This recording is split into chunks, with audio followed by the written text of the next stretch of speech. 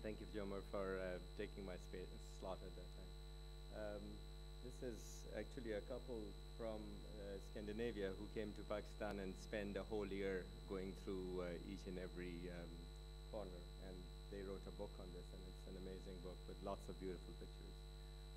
Here we are. We're going to be talking about learning curve of MIS surgery. This is actually K2, the second highest mountain in the world, at a different time, and you see the same area during the daytime as well. So I'm not going to go into that. We've already discussed this.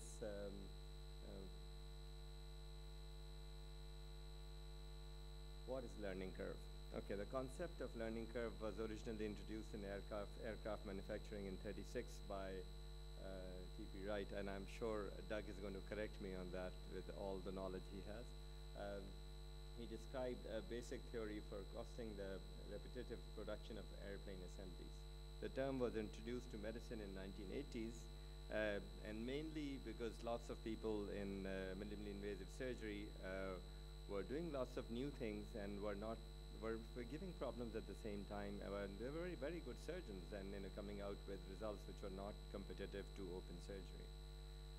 Can we define this?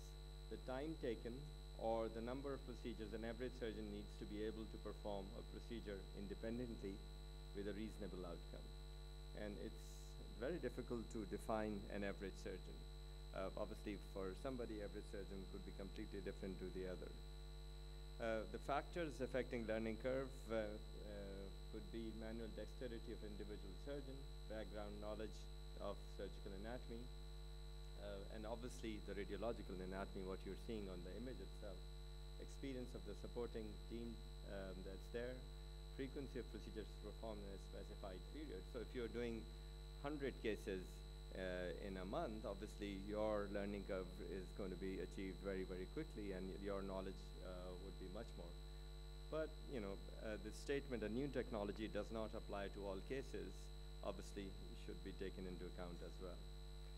We also know that training on inanimate trainers and animal tissue has been shown to facilitate the process of learning, and we have learned from that, and lots of learning these days goes along with that.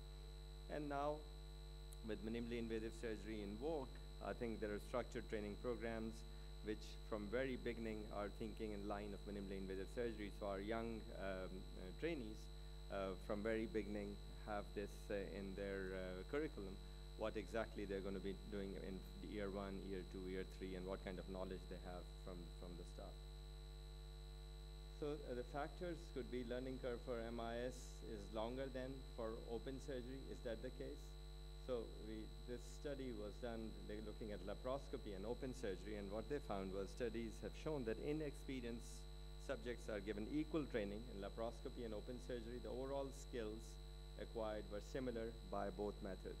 So this is even for inexperienced surgeons. Complication rates are inversely proportional to the volume of workload. We already know that.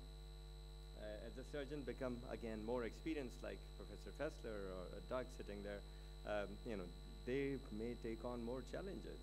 And once they take on more challenges, obviously they may have some adverse effects that will go along with that. So the limitations, factors contributing to a steep learning curve could be lack of clear anatomical landmarks. So if your facet is gone, you can't see the pedicle very well. There's been previous surgery. All that is very difficult to see on the radiography. Mystery and Joa attributed complications during microendoscopic discectomy to unfamiliarity with endoscopic image orientation. So if you're not used to seeing endoscopic screen, then it's very, very difficult to understand what's going on. Injury to neurological structures were seen in the initial phase of this learning curve in majority of the centers. The multiple durotomies were found, wrong level procedures were done, and unintended removal of facet joint structures were also done. So the key step in overcoming the MIS learning curve is an ideal entry point if you're talking about putting in a pedicle screw and trajectory during the surgical approach. So a correct initial placement of tubular dilator during the MIS TLF approach prevents intraoperative readjustments that may lead to high rate of neurological injury, inadequate decompression, and even infections. So how to measure this? I think there are two types of variables, patient's outcome and clinical process or task efficacy.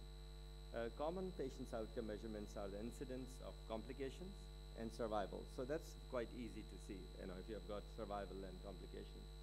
The statistical analysis are more complicated if you talk to our statistician. Hence, operating time and period of hospitalization are used.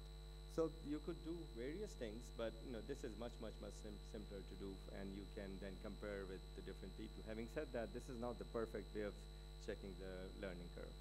So there is no ideal measurement of learning. So various proxies are used for measuring the learning curve. While we may agree on how to measure the learning curve, we cannot say how we should compare individuals' progress, particularly in dealing with real patients. So you may have a surgeon who may be very good with open surgery, but on the other hand, when it comes to MIS, may have completely different results. When you're doing something microendoscopic, then your results could be different than what you're doing open surgery along with minimally invasive fusion. But what we want to basically do is, with increasing experience, should come to a plateau where come to asymptote where your results are pretty uniform after that. So damaged nerves, smaller incisions don't necessarily mean better outcomes. So initially, Nancy Epstein wrote this in Surgical Neurology International, and they showed that when the people were doing MIS initially, they were having more damaged nerves. Increased radiation exposure, suggesting increased radiation with MIS, and I agree. I've had an MIS TLIF performed by one of my chief residents and ended up having 760 shots while I was in the other theater doing something else. And he's very good, but ended up with a bad screw, having a problem. And those 760 shots, I don't know how much of radiation that would be, but that's a bit too much for anybody to take during one session. So I think it's important to know that. So with learning curve, you also know that where you're going to take how much of radiation, where you can stop that radiation, how to make sure that you use that radiation minimum possible. And we know all this, that maximum dose is down here, so you have to be very careful. And a single level dose is really right there when you get half the dose as you go up. And we know that you need to stay away from the X-ray tube itself. We all know this, how to keep this distance more than this distance. And the whole idea is you want to be avoiding radiation. For our staff who's rotating around, it's important that at 1 meter the dose is 1, whereas as you increase, it exponentially reduces. So there's an attention to inverse square law, which is scattered around the patient. So if somebody standing 2 meters behind, the radiation goes down to 1/4. If you go 3 meters behind, it goes down to 1/5, 1/9.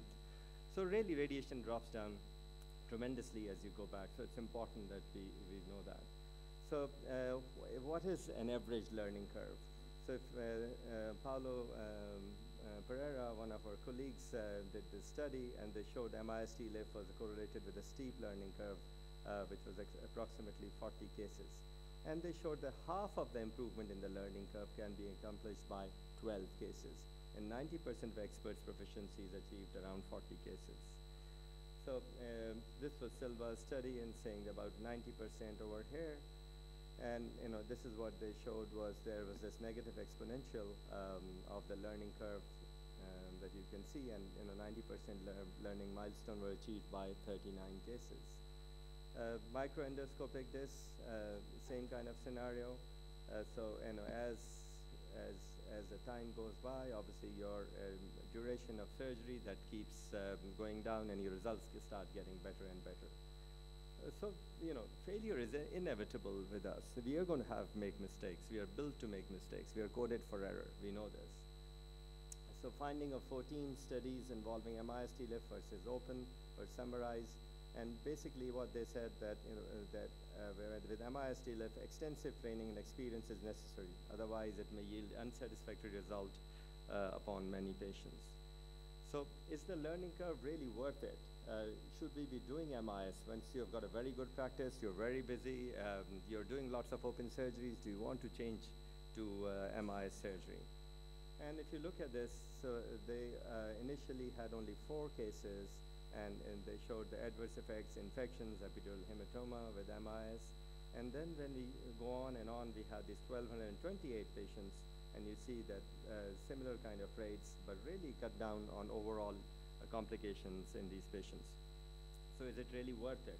Should I be moving from traditional procedure with fewer complications to a new procedure with higher complications during the early cases and increasing my operating time? And obviously we all are very busy in our theaters, and it's very difficult to do that. But probably yes. We wrote this last year and are basically looking at what kind of scale that we need, what do we need to measure, and how should we go about teaching our young ones how to avoid making mistakes that we made earlier. So then we came up with this chart in which surgeon has to be proficient with all that knowledge.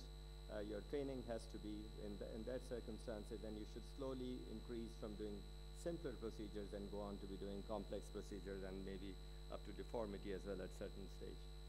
And hospitals should be able to provide all that before you start doing things that you don't have a complete grasp on. So our plan is very simple, going from point A to point B, but it doesn't happen that way. You get a little bit of fire in there, some valleys, some snow. So every day in theater is like that. We've got something interesting going on, but obviously, if you're aware of the problems that you are going to be facing, then you can address those problems, and your learning curve is then much smaller. So complications associated with initial learning curve of MIS, discussed the learning curve from 14 studies with 966 MIS cases, and the most common complication for decompression alone was durotomy in this initial phase that we talked about. Average of 20 to 30 cases to satisfy learning curve for MIS, pedicle screws, ALF, MIS, and for TLIF it's up to 10 to 44 cases depending on different surgeons who are doing different things. So surgical aptitude, dexterity of the training, and structured training are important factors in reducing the learning curve. Facilities for training and practice of surgical techniques have an enormous impact on the learning curve. And inanimate trainers and animal tissue is vital to improve results. So when you're starting to, I'm sorry, I'm just going to get this up here. So when you're starting to learn how to ride, let's see.